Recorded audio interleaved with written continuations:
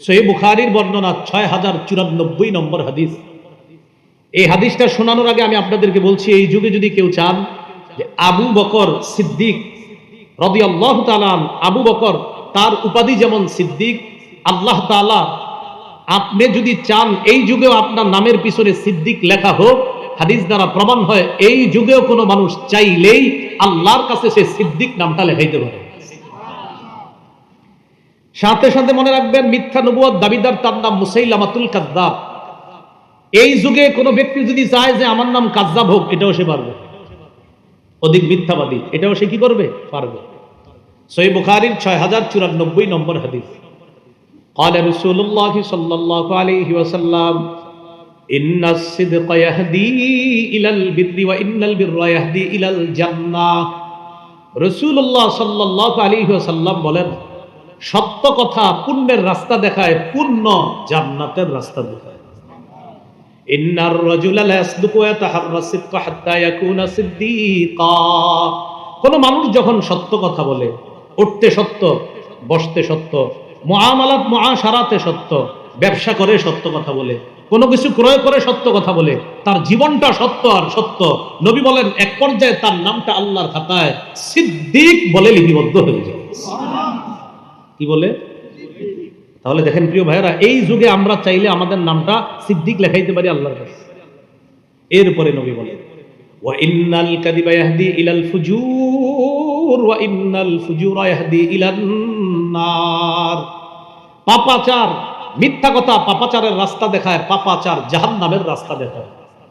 Inner রাজুলা লা ইয়াকযিবু ওয়া ইয়াতাহাররাল কাযিবা হাত্তা ইউকতাবা ইনদাল্লাহি কাযযাবা। মানুষ মিথ্যা কথা বলে, মিথ্যা বলতে বলতে এক পর্যায়ে তার নামটা আল্লাহর খাতায় কাযযাব। মুসাইলামা মিথ্যা নবুয়ত দাবিদার যেমন কাযযাব, এই যুগেও কোনো মানুষ মিথ্যা বলতে বলতে বলতে বলতে তার নাম আল্লাহর খাতায় কাযযাব বলে লিপিবদ্ধ হয়ে যায়। বলি নাউযুবিল্লাহ।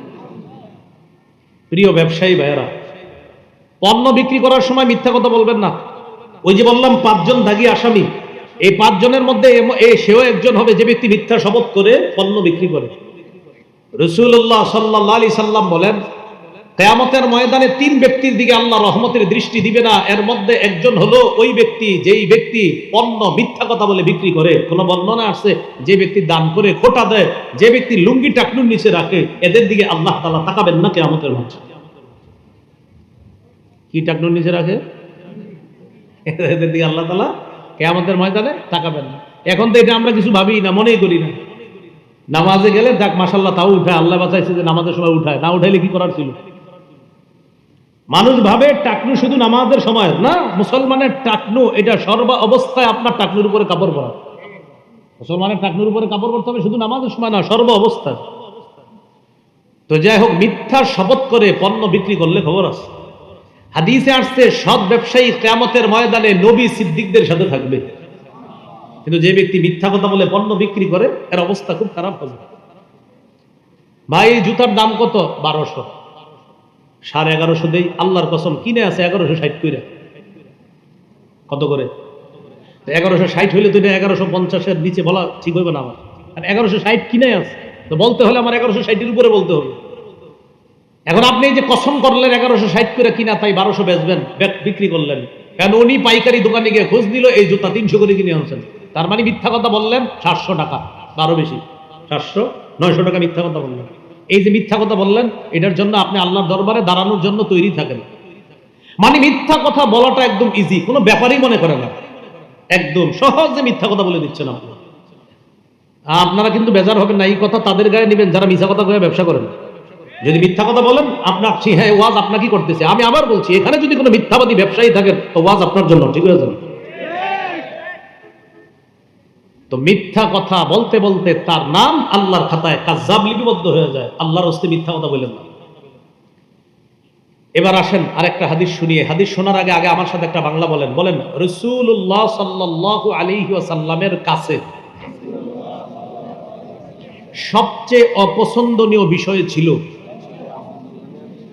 কেউ নবীর সামনে মিথ্যা বলা। বলেন তো, আমাদের নবীর কাছে সবচেয়ে অপছন্দনীয় বিষয় কোনটা ছিল? মিথ্যা বলা। তিরমিজির হাদিস 1973 নম্বর হাদিস, 1973।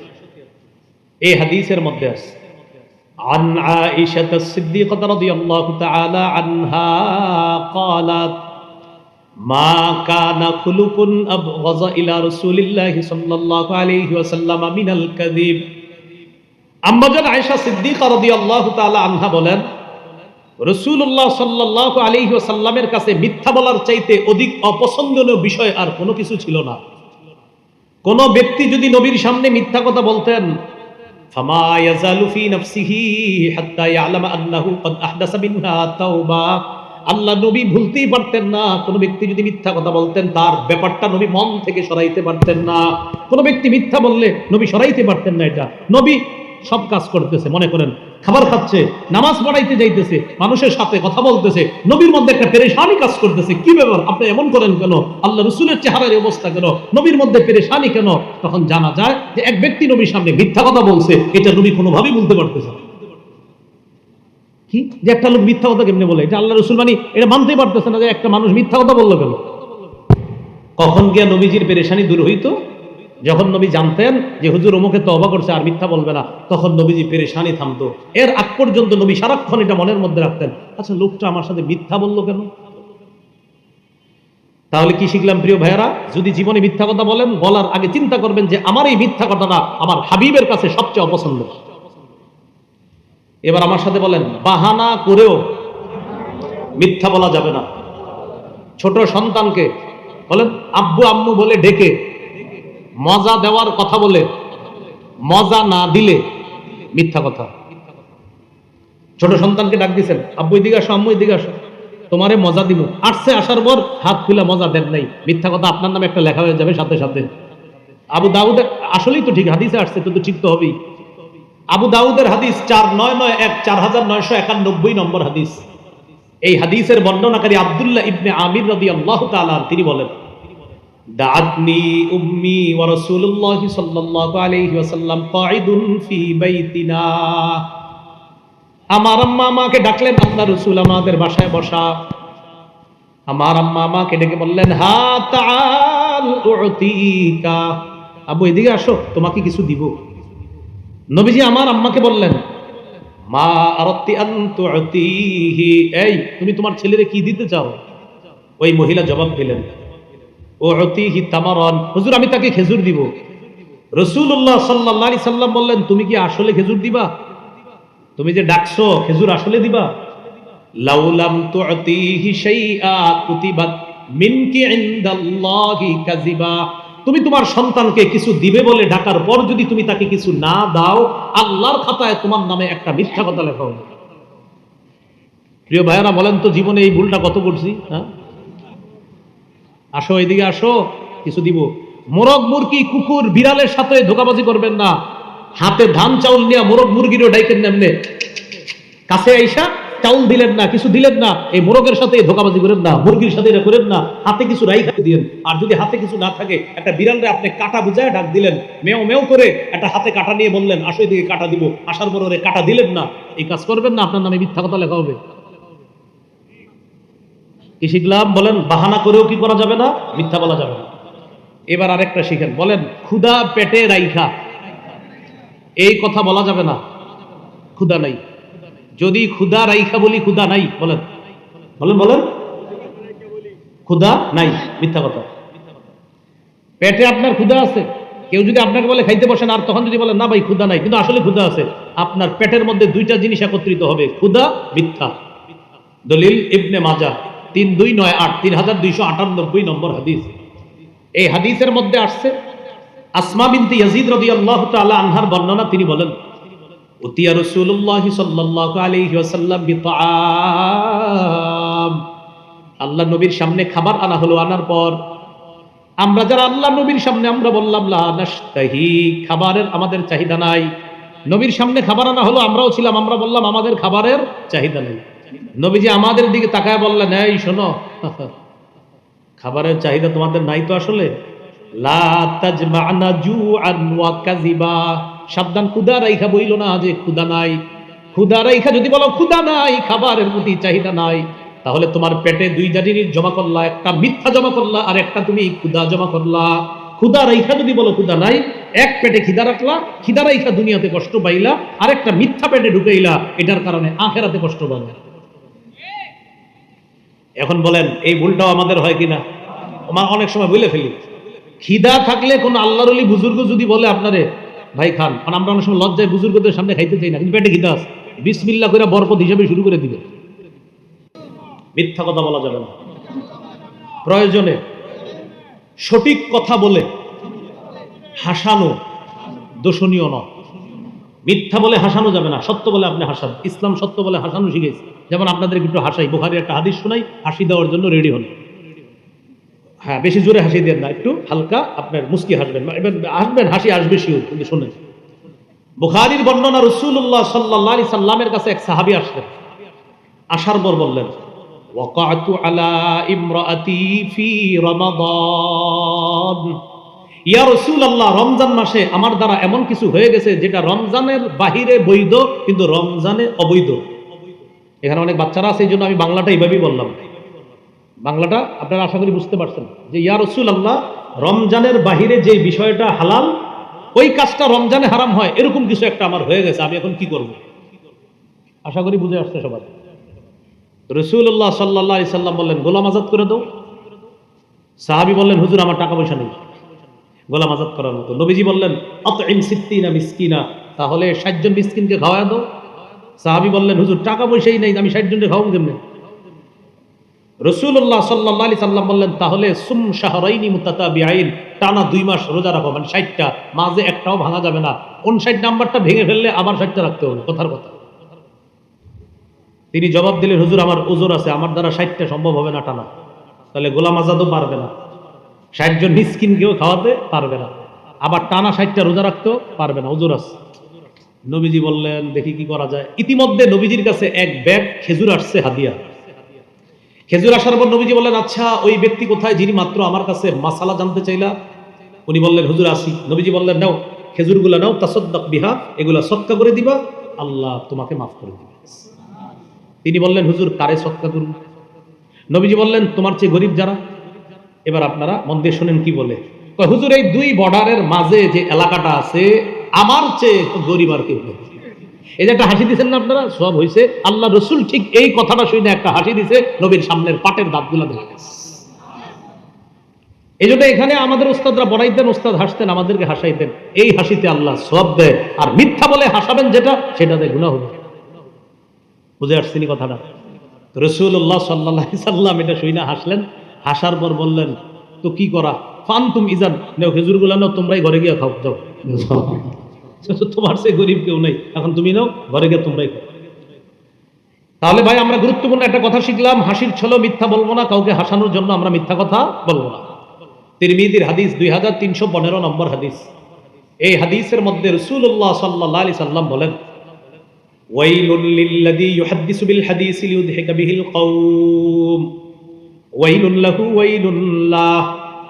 রাসূলুল্লাহ সাল্লাল্লাহু আলাইহি সাল্লাম বলেন, ওয়াইলুন, ওই ব্যক্তির জন্য ধ্বংস যে ব্যক্তি ইউহাদ্দিসু কথা বলে, ফায়াকযিবু আর মিথ্যা কথা বলে, লিইউযহিকা বিহিল কওম মানুষকে হাসানোর জন্য মিথ্যা কথা বলে, ওয়াইলুন লাহু ওয়াইলুল্লাহ, তার জন্য ধ্বংস, তার জন্য ধ্বংস, তার জন্য ধ্বংস, যে মানুষকে মিথ্যা কথা বলে হাসানোর জন্য। আল্লাহ আমাদের এই মজলিসগুলা, মাহফিলগুলাকেও মিথ্যা কথা থেকে হেফাজত করে।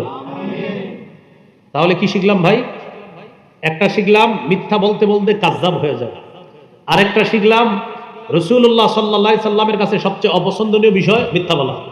আরেকটা শিখলাম বাহানা করেও আজকে থেকে আমরা কখনো মিথ্যা বলবো না। আরেকটা জিনিস শিখলাম, পেটে ক্ষুধা রাইখা আমরা কখনো মিথ্যা কথা বলবো না।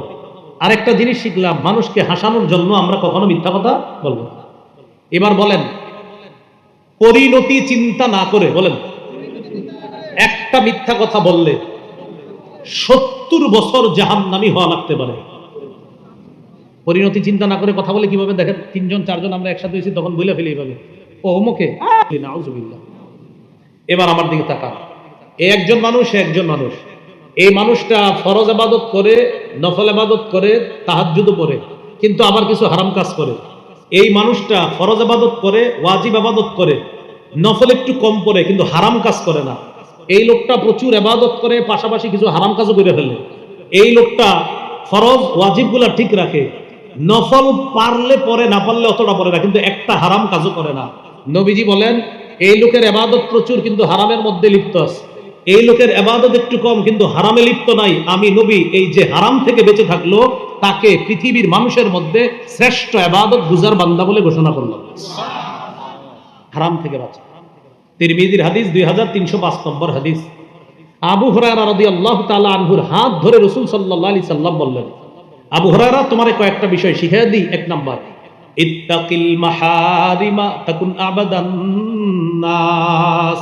তুমি হারাম থেকে বাঁচো, মানুষের মধ্যে সবচাইতে শ্রেষ্ঠ আবেদ হয়ে যাবা যদি হারাম থেকে বাঁচো।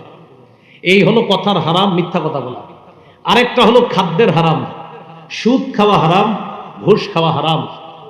হাদিসের একটা কিতাব আছে মুসনাদে আহমদ, এই কিতাবের 17,822 নম্বর হাদিস। এই হাদিসের মধ্যে আসছে কোন এলাকার মধ্যে যদি সুদের কারবার বেড়ে যায়, ওই এলাকাটা আল্লাহ দুর্ভিক্ষের আযাব দ্বারা পাকড়াও করে।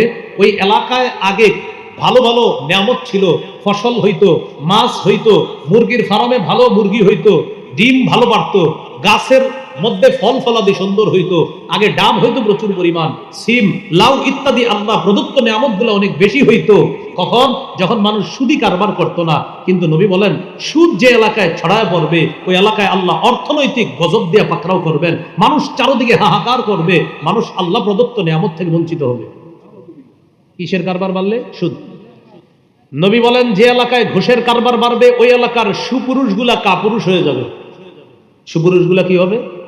যেমন আমাদের দেশে যদি বাস্তবিক অর্থে জেহাদের ডাক আসে, এমনি হাত তোলে সবাই, কিন্তু বাস্তবিক জেহাদের ডাক যখন আসবে তখন অনেকের মা বাবা তারে বুঝাবে, হুজুরা যাক, তুই ঘরে থাক।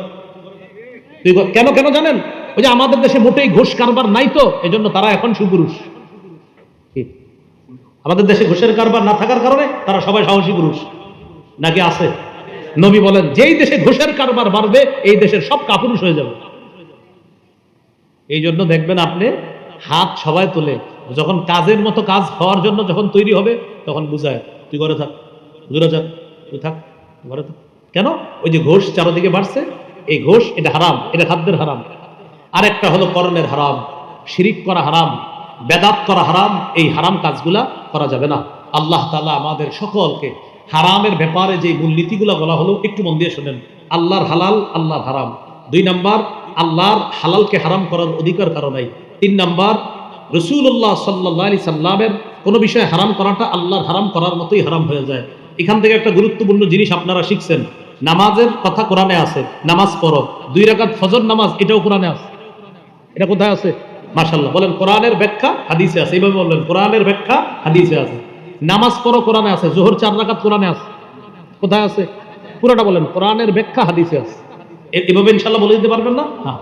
তো এইভাবে মনে রাখবো আমরা। 4 নাম্বার, হালাল স্পষ্ট, হারাম স্পষ্ট, মাঝে কিছু অস্পষ্ট সন্দেহযুক্ত জিনিস আছে, এগুলা থেকে আমাদের বেঁচে থাকতে হবে। এটা দিয়ে বুঝিয়েছিলাম যে হারামের মধ্যে পড়ে যাওয়ারও যদি সম্ভাবনা থাকে সেখানে আমরা যাব না, সেটার কাছাকাছি আমরা হব না। আল্লাহ তাআলা আমাদের সকলকে হালাল জীবন যাপন করার তৌফিক দান করেন, হারাম থেকে বাঁচার তৌফিক দান করেন। তো যে বিষয়টা আমরা জানলাম, হক নষ্ট করা এটাও হারাম, বান্দার হক নষ্ট করা এটাও হারাম। এটা আর একটা বিষয়। প্রশ্ন দিয়ে না মাহফিলে, প্রশ্নের উত্তর আমি দিই না, মুফতি সাহেবদেরকে দিয়ে দিই। হ্যাঁ, আল্লাহ তাআলা আমাদের সকলকে যে কথাগুলো বললাম শুনলাম আমরা যেন আমল করতে পারি, আল্লাহ তৌফিক দান করেন। উনি আমার কানে কানে বললেন, হুজুর হক নষ্ট করার কথা, তওবা কবুলের 4টা শর্ত আছে। 4 নাম্বার শর্তটা হলো আমার জিম্মায় কারো হক থাকলে হক আদায় করে দিতে হবে। আল্লাহ এটা মাফ করবে না, যতদিন বান্দার হক আমি আদায় না করব ততদিন কিন্তু আল্লাহ তাআলা মাফ করবে না। বান্দার হক বান্দা আদায় করতে হবে।